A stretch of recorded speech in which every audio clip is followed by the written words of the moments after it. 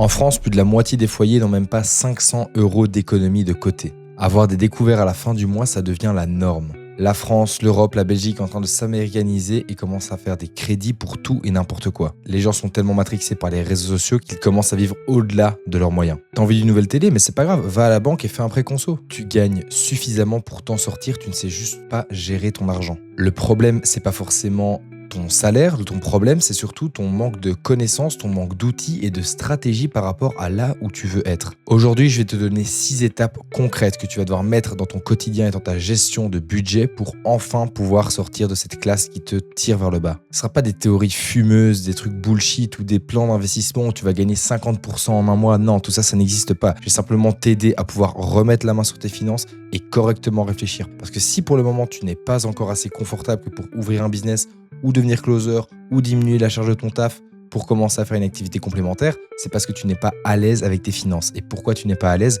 Parce que tu n'as aucune idée de comment faire. Dans cette vidéo, je vais simplement t'expliquer comment tu vas pouvoir sortir de la galère, retirer tes prêts inutiles et surtout commencer à te créer un matelas de sécurité pour investir intelligemment derrière pour réaliser tes projets. Premièrement, tu n'es pas une victime, tu es le levier. Tant que tu crois que ton patron, ton passé ou même ton banquier décide de ta vie future et surtout de tes finances, tu es foutu. Le premier véritable move pour enfin te sortir de la merde, c'est accepter que la situation dans laquelle tu es est à 100% de ta faute. Tu dois switcher dans ta tête de « oh là là, c'est injuste » à « je reprends le contrôle maintenant et c'est fini les conneries ». Parce qu'en France ou en Belgique, avec un très petit salaire, vous pouvez quand même aller chercher de l'argent à la banque pour lever de l'argent, pour investir en immobilier, pour votre futur projet, pour votre entreprise. Le premier objectif que tu dois te mettre, c'est réussir à vivre en dessous de tes moyens. Et c'est souvent le plus compliqué. Alors, première étape, le « j'achète rien du mois ». Pendant 30 jours, tu vas te mettre dans un modèle de survie. Pas de resto, pas d'Uber Eats, pas d'extra, pas de Netflix, pas de Disney+.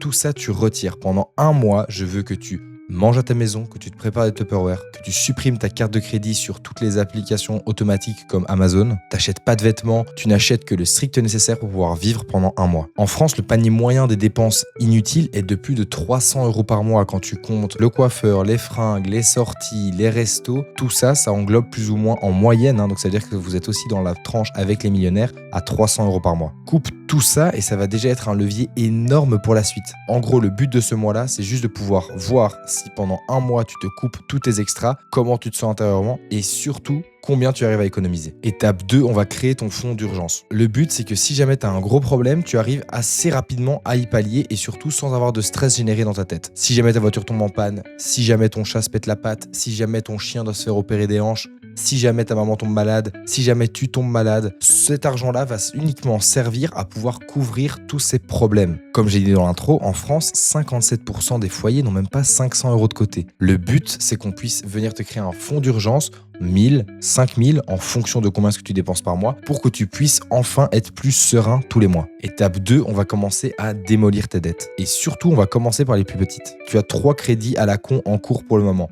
Un à 200 €, un à 500 et un à 2000. Celui à 2000, c'est pour ta voiture, on verra ça plus tard. Celui à 200, c'est pour ton sèche-linge, on va aller rembourser le plus rapidement possible. Puis on passera à celui à 500 pour ta télévision. Et puis on verra celui à 2000. Pourquoi est-ce qu'on va faire le plus petit en premier? C'est parce que tu as besoin de petites victoires dans ta tête et surtout te rendre compte que ce que je te dis est possible et faisable. Ce qu'on va venir chercher au début, c'est surtout le fait que tu puisses venir cocher des cases, sentir des petites victoires et surtout te voir avancer quant à la dette que tu dois rembourser à la banque. Parce que si on attaque directement celle à 2000, tu vas avoir une énorme montagne devant toi et tu vas te dire mais comment est-ce que je vais faire pour y arriver? En moyenne, le crédit conso par ménage est de 7000 € en France. C'est très souvent pour des voitures, mais ça reste énorme. Les gars, les voitures, ça reste des passifs. Je vois des gars qui sont passionnés pour l'automobile et qui mettent des sommes folles dans leur bagnole. Les gars, vous gagnez 2000 € par mois. Pourquoi tu as une voiture à 50 000? Ça n'a aucun sens. Et en plus de ça, à 20% d'intérêt, tu te fais dépouiller. Quatrième étape, assez rapide, mais juste arrête de faire exploser ton train de vie. Vis une vie plus simple. Prends un appart plus petit, prends une caisse plus petite, arrête de flamber en boîte. Bref, redeviens plus simple et reprends une vie plus simple. Étape 5, maintenant que tu n'as plus de dette, que tu as un petit coussin de sécurité, tu vas enfin pouvoir passer à l'étape chouette, ça veut dire investir sur toi et investir dans le futur. Tous les mois, je veux que tu investisses 15% de ce que tu gagnes dans de la formation, dans des investissements en bourse, dans mettre de côté pour un achat immobilier, pour un prêt, pour ce que tu veux. Mais bref, je veux qu'il y ait 15% de ton salaire qui rentre tous les mois qui partent dans un investissement. Ça peut être n'importe quoi, hein. On a tous déjà vu ces vidéos sur Instagram, tu mets 250 € pendant 40 ans sur le S&P 500, à la fin tu te retrouves dans 40 ans millionnaire.